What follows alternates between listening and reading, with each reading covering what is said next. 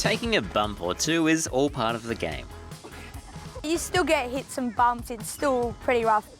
Only fair hits and bumps, like when you're going to pick the ball up and when you're going for goal and getting tackled, you can expect that. But there's a big difference between a fair knock and a situation like this. Oh, jeez. That is inexplicable, isn't it? Yeah, I was worried about how the player that got or hit was going to be. I knew he was going to get suspended. I was worried for the Fremantle player. As you can see, he broke his jaw, he dislocated a few teeth and lost a couple as well. Last week, West Coast Andrew Gaff punched Fremantle's Andrew Brayshaw in the middle of a game. While Brayshaw's going to be okay, he'll miss the rest of the season recovering. Andrew Gaff got to play out the rest of that game. Later, he found out he'd miss 8 weeks through suspension.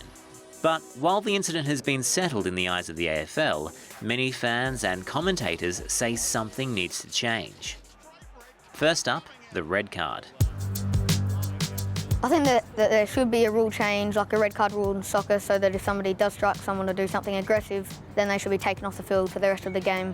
I think there should be a send-off like in soccer, because you can't just go belting people on a football field.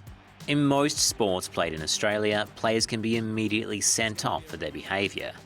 And while that's the case in the lower levels of Aussie rules, like you might play, umpires in the AFL don't have that power.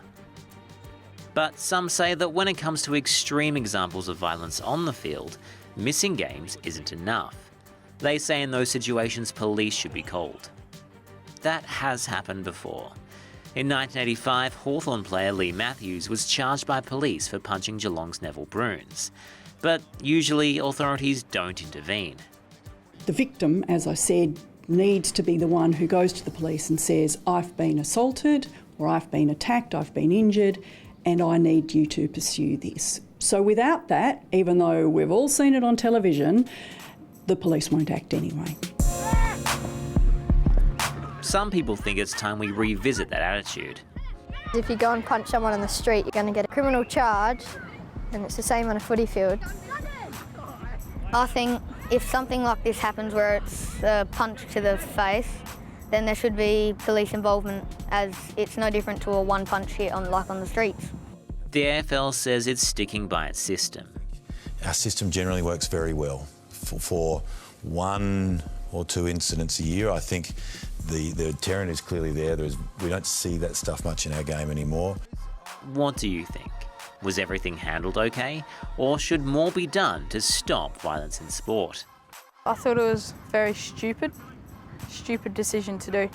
Even if he was trying to hit him in the guts, why would you try and punch someone anyway?